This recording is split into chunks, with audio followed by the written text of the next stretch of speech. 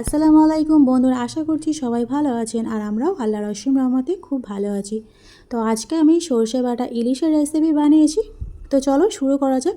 তো বন্ধুরা, একটাই রিকোয়েস্ট, ভিডিওটা লাইক দিয়ে ভিডিওটা কন্টিনিউ করার চেষ্টা করবেন। ছোট্ট ভিডিও বন্ধুরা, ফুল ওয়াচ করার চেষ্টা করবেন। তো চলো কথা না বলে মূল রেসিপিতে চলে যাই। এখানে দেখতে পাচ্ছেন বন্ধুরা কতগুলো ইলিশ মাছ, এটা বাজার থেকে কেটে বেছে নিয়ে এসেছি। তো ভালোভাবে ধুয়ে পরিষ্কার করে নেওয়ার পরে আমার যতটা পরিমাণ লাগবে ইলিশ মাছ ততটা আমি নিয়ে নেব, বাকিগুলো ফ্রিজে তুলে রাখবো।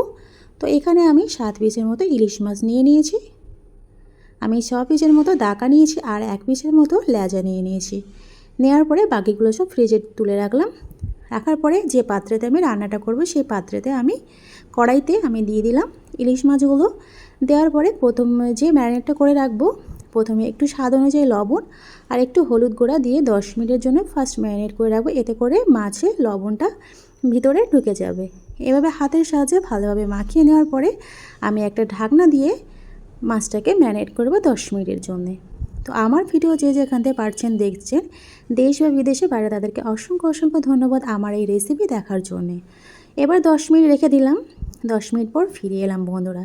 এবারে মশলাগুলো বেটে নিই। ততক্ষণে এখানে 4টে কাঁচা লঙ্কা নিলাম। আপনারা ঝালটা কম বেশি বাড়িয়ে কমিয়ে নিতে পারেন।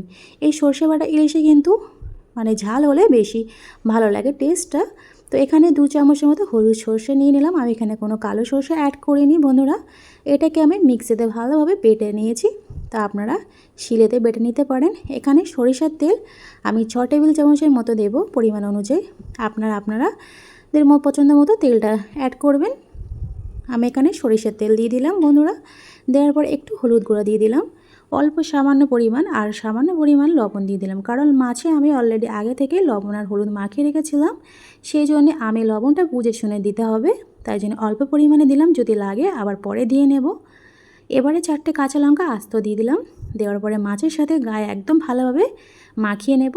নেওয়ার পরে আবারও আমি 10 মিনিটের জন্য ম্যারিনেট করে রাখবো। এই ম্যারিনেটটা করার পরে কিন্তু মাছটা যে রান্নাটা হবে সেই রান্নাটা কিন্তু দ্বিগুণ বেড়ে যাবে স্বাদটা। তো বন্ধুরা, 10 মিনিট পর ফিরে এলাম।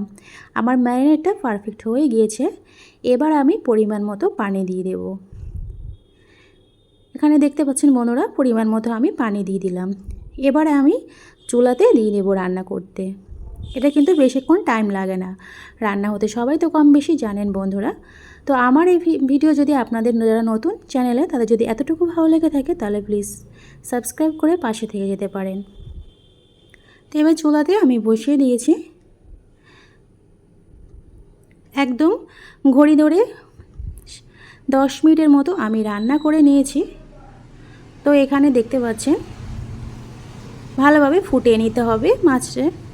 এপিট এপিট করে আমি ভালোভাবে নেড়ে চেড়ে পুরো ঢাকনা চাপা দিয়ে আমি 10 মিনিটের জন্য রান্না করে নিয়েছি। এবার সব শেষে আমি আরও কিছুটা পরিমাণ কাঁচা লঙ্কা চিড়ে দিয়ে দিলাম বন্ধুরা। এবারে লবণটা যেহেতু একটু কম ছিল, তাই জন্য আমি লবণটা আবার পরিমাণ অনুযায়ী দিয়ে দিলাম। এবার সব শেষে সর্ষে বাটা ইলিশে এটা কিন্তু মাস্ট, সরিষার তেল একদম নামানোর 2 থেকে 3 মিনিট আগে আমি সরিষার তেল, কাঁচা সরিষার তেল উপর থেকে ছড়িয়ে দিলাম। দেওয়ার পরে 3 মিনিট ভালোভাবে ফুটিয়ে নিলে রেডি আমার সর্ষে বাটা ইলিশ।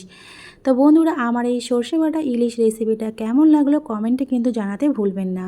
আর লাইক করবেন, ভিডিওটা প্রয়োজনে শেয়ার করবেন বন্ধুদের কাছে। তো আজ এই পর্যন্ত বন্ধুরা, আশা করছি আপনাদের ভালো লেগেছে। খোদা হাফেজ।